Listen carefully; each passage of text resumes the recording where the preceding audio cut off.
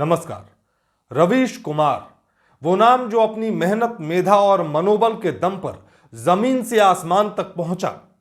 रवीश कुमार ने पत्रकारिता के क्षेत्र में कई नए आयाम जोड़े, कई नए फलक स्थापित किए।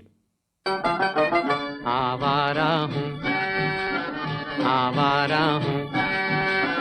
या गर्दिश में हूँ, आसमान का तारा हूँ। आवारा हूँ, आवारा हूँ।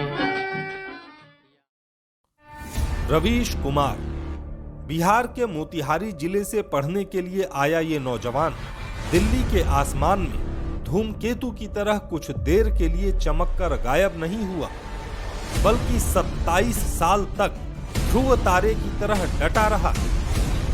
अगस्त 1996 में एनडीटीवी से औपचारिक रूप से जुड़ा था। अगस्त 1996 में ट्रांसलेटर के रूप में, अनुवादक के रूप में। लेकिन उसके पहले कई महीनों तक मैं यहाँ चिट्ठियाँ छांटता रहा। दिहाड़ी का काम था, उसी के हिसाब से मजदूरी मिलती थी, पैसे मिलते थे। रवीश की रिपोर्ट वो शो था जिसने रवीश को पूरे देश में पहचान दी।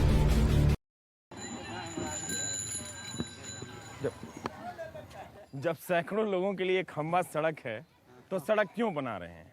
Please tell Manmohan Singh to watch Ravish की रिपोर्ट। इंग्लिश में वैसे भी इंडिया डेवलप्ड लगता है, राइट? जन सरोकारों से जुड़ी जमीनी पत्रकारिता और उपमाओं, अलंकारों, छंदों में गुथे शब्दों ने रवीश को हर दिल अजीज बना दिया था। सर, आपने कभी किसी से प्यार किया है? 100% किया है। और क्या, ये तो ऐसे ही कहानी थोड़ी लिख देंगे। गंदगी के इस सौंदर्य शास्त्र को दिखाने से पहले ये बताना चाहूंगा कि मैं कहाँ हूँ। मैं कापासेड़ा गांव में हूँ। दिल्ली का एक गांव है जो हरियाणा बॉर्डर से लगा है। दीवारों पर भगवानों, सलमानों और शाहरुखों ने जगह ले ली है। इस कमरे में कोई खिड़की नहीं है, सिर्फ एक ही दरवाजा है। भूगोल का मास्टर इसे गुफा कहेगा, अर्थशास्त्री इंडियन ग्रोथ का गेटवे बताएगा। ये वो समय था जब रवीश को नापसंद करने वाले बहुत कम थे। एक नल पर नहाने की भीड़ लगी है, 8-10 टॉयलेट बने। कमरे के बीच से नाली बह रही है, किसी को कोई प्रॉब्लम नहीं। कम से कम नाली बह तो रही है। बिहार से आए ये दोनों भाई काम पर निकलने से पहले रोटी बना रहे हैं। रोटी और सब्जी, बस मेन्यू खत्म। रात को चावल सब्जी, दाल एक्सक्लूसिव आइटम है। जिस दिन बन जाए इनकी लाइफ में ब्रेकिंग न्यूज है। भारतीय मीडिया जगत में फनकार बहुत हैं, कलमकार बहुत हैं, पत्रकार भी बहुत हैं, लेकिन रवीश कुमार तो केवल एक ही है, अलबेला, मस्तमौला, सिरफिरा, सरफरोश। हल्की सी मुस्कुराहट के साथ शब्द बाढ़ चलाना ये रवीश की पत्रकारिता की विशेषता रही है। बहुत से लोगों की तरह मैं भी ये नहीं मानता कि रवीश कुमार एक निष्पक्ष पत्रकार रहे हैं। अन्य लोगों की तरह उनका भी एक पक्ष रहा है। वे भी एक धारा के साथ बह रहे थे। ये अलग बात है कि वे जिस धारा के साथ बह रहे थे, समय का प्रवाह उस धारा के साथ नहीं था। इसका खामियाजा रवीश को भुगतना पड़ा है। 2007 का साल था। मैं नया रिपोर्टर था।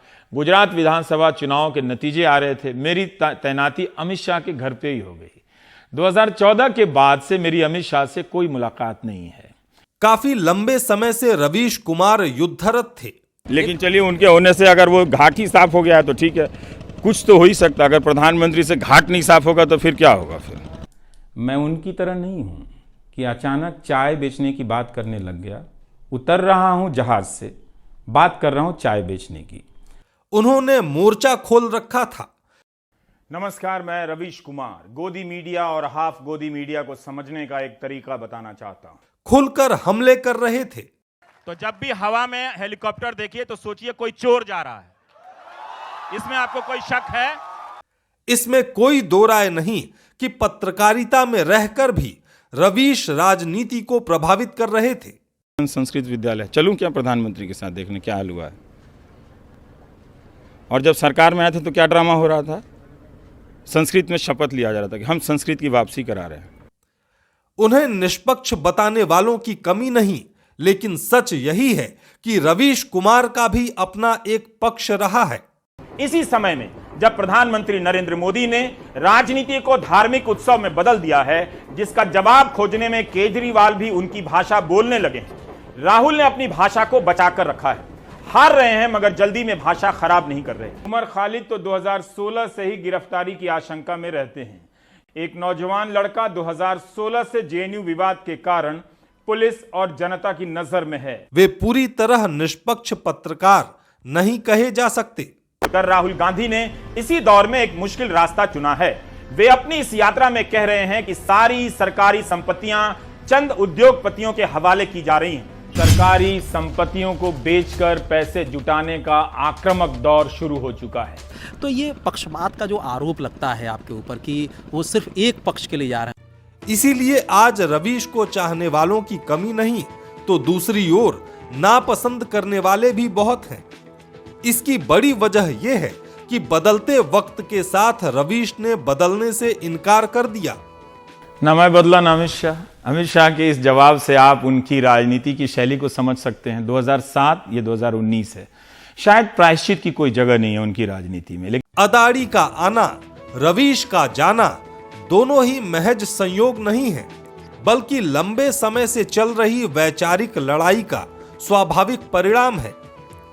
रवीश जीतते तो उनको पसंद करने वाले खुश होते, आज हारे हैं तो नापसंद करने वाले खुश हैं। महाभारत के युद्ध में जिस तरह कर्ण के गुणों का सम्मान करने वाले कौरव और पांडव दोनों ही खेमों में थे, कुछ ऐसा ही हाल रवीश कुमार का है। उन्हें आज की इस महाभारत का कर्ण कहा जाए तो गलत नहीं होगा। बेटी विदा होती है तो वो दूर तक पीछे मुड़कर मायके को देखती रहती है। मैं इसी स्थिति में हूं, अभी मुड़कर देख लेने दीजिए। बाबुल का घर छोड़ के बेटी पिया के घर चली, ये कैसी घड़ी आई है, मिलन है जुदाई है। दोस्तों, आज के इस शो में हमने पत्रकार और पत्रकारिता की चर्चा की है। इस मौके पर मैं अपने दोस्त मनीष मंजीत को याद करना चाहता हूं, उन्हें अपनी श्रद्धांजलि देना चाहता हूं। मनीष और हम दोनों ने साथ में टीवी जगत में काम किया था। काफी समय तक हम साथ में रहे थे। आज मनीष इस दुनिया में नहीं है, लेकिन उनकी यादें हमेशा हमारे साथ रहेंगी। आज के इस एपिसोड में बस इतना ही। अगली बार हम फिर मिलेंगे एक नए एपिसोड में, एक नए जोश और नए जज्बे के साथ। तब तक के लिए इजाजत दीजिए। धन्यवाद। जय हिंद।